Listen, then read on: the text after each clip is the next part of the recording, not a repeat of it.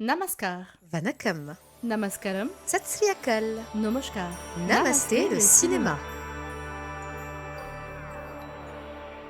Nous sommes le vendredi 13 juin 2025 et voici les actualités du grand et du petit écran indien, décryptées en exclusivité par Bolly & Co.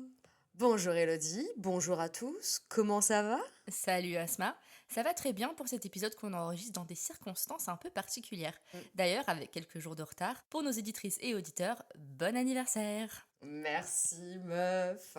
En effet, pour fêter dignement mes 34 ans, oui je sais, je suis vieille, je pars pour quelques jours à Stockholm avec mon cher et tendre, si bien que pour éviter de vous priver d'un nouvel épisode, on l'enregistre avec un petit peu d'avance.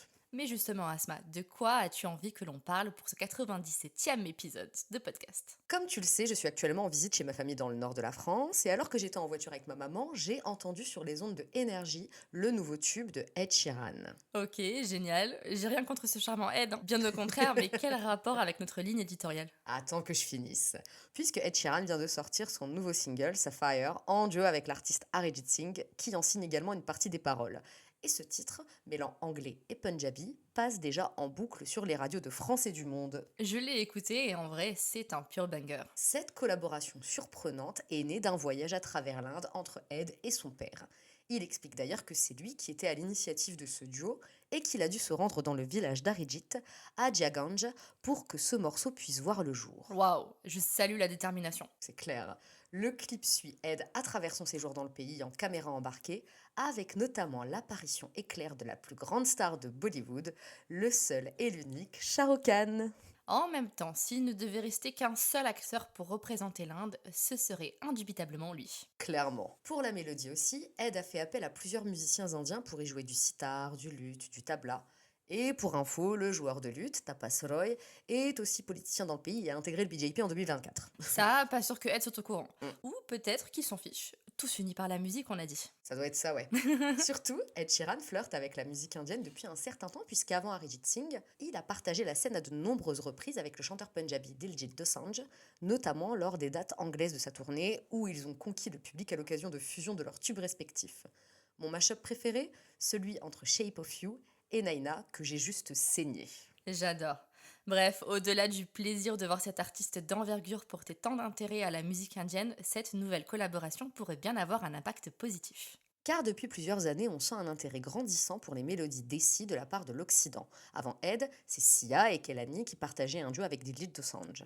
De même, la chanteuse marocaine Nora Fateh, rendue populaire en Inde, a récemment chanté en duo avec Jason Derulo et fait le tour des plateaux de télévision américains pour en faire la promo. C'est vrai que maintenant que tu le dis, les influences d'ici sont de plus en plus prégnantes dans la musique mainstream. Sans compter des chanteurs comme Taiki, Sadlam Jared et Distinct, qui ont compris le potentiel du marché indien et y ont proposé des versions indiennes de leurs morceaux en duo avec Shreya Ghoshal, de Yimi Yimi à Zalima, en passant par Guli Mata. Tout ça pour dire que l'industrie musicale indienne semble être à un tournant important de son histoire. Le monde entier semble s'y attarder et s'en inspirer pour produire des mélodies plus modernes et originales. Et ça nous fait vachement plaisir.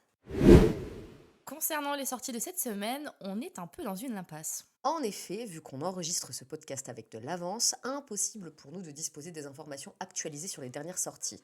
Si on sait que le film pakistanais Love Guru sortira ce vendredi 13 juin avec Friday Entertainment, pour le reste, il est encore trop tôt malheureusement. C'est pourquoi, à titre exceptionnel et pour éviter de vous dire des âneries, nous ferons l'impasse sur cette rubrique le temps de cet épisode. Nous vous invitons toutefois à suivre les réseaux sociaux des distributeurs majeurs que sont Friday Entertainment, Night des films et Filmy Distributions pour ne pas passer à côté des derniers films disponibles en salle française. Et de notre côté, c'est promis, on revient dès la semaine prochaine avec les infos sur les films et séries qui vous attendent en salle et en SVOD. Meuf, quel projet à venir a suscité ton intérêt? J'ai vu la bande-annonce de Metro Indino, prochaine réalisation de Anurag Basu, qui a notamment dirigé un film très cher à mon cœur, Gangster Love Story. Attends, c'est pas la suite de Life in a Metro qu'on attend depuis perpète là? Bingo! Le premier trailer est sorti et il dévore un nouveau casting et surtout des récits inédits pour cette suite avant tout spirituelle. On y retrouve mon crush, Aditya Roy Kapoor, aussi beau torse nu qu'avec des lunettes, face à Sarah Ali Khan avec la frange la plus laide que j'ai vue de ma vie.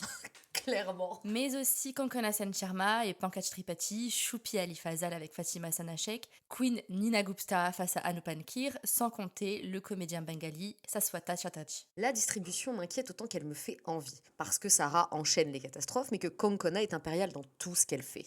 Absolument. On sait de quoi parlera le métrage ? De la même façon que le premier volet, il s'agira d'un film mosaïque sur des relations amoureuses d'aujourd'hui et à travers 4 grandes villes de l'Inde, Mumbai, Delhi, Calcutta et Bangalore. À la bande-son, on retrouve Pritam qui avait déjà signé les tubes de l'œuvre originale. J'aime déjà beaucoup la première chanson dévoilée, Zamana Lage, interprétée par l'increvable Arijit Singh. Au même titre que d'autres films du genre qui sortiront tout au long de l'été, Metro Indino semble annoncer un nouvel âge d'or de la romance à Bollywood, genre ô combien oublié depuis le milieu des années 2010 au profit de récits plus sombres, brutaux ou cérébraux. Ça me met tellement en joie. Moi aussi. Visuellement, je ne sais pas trop quoi penser de cette bande-annonce, mais je trouve qu'elle a le mérite de maintenir un semblant de mystère sur ce qui nous attend. Même si l'on sait d'avance que, romance oblige, on aura droit aux séquences de flirt, de doute et d'émotion. Tout ce que j'aime, oh là là. D'autant que, comme tu l'as souligné, Metro Indino s'est grandement fait attendre, car après une sortie annoncée en novembre 2024, il a fallu prendre notre mal en patience pour que finalement ce soit officiel. Le film sortira en Inde le 4 juillet prochain. C'est pas trop tôt.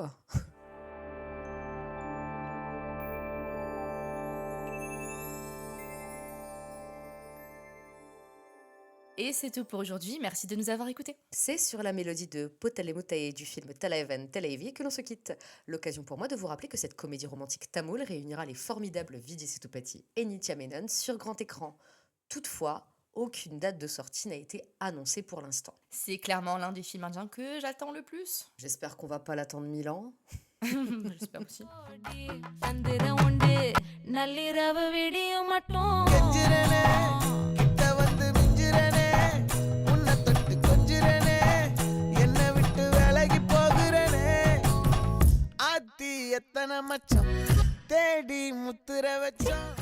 Merci d'avoir écouté Namasté le cinéma. C'était Elodie et Asma du magazine Bolly & Co. On espère que cet épisode vous a plu. Si vous aimez notre podcast, c'est le moment de vous abonner, de partager, de commenter, de liker ou encore de donner une petite note sur votre plateforme d'écoute favorite. Nous vous rappelons que tous les liens vers les bandes annonces, les articles et la chanson de la semaine sont disponibles en description et dans la version retranscrite de cet épisode que vous pouvez retrouver sur www.bollyandco.fr. Et si vous n'êtes toujours pas lassé d'entendre nos voix, nos fous rires et nos coups de gueule, alors rendez-vous vendredi prochain dans Namasté le cinéma.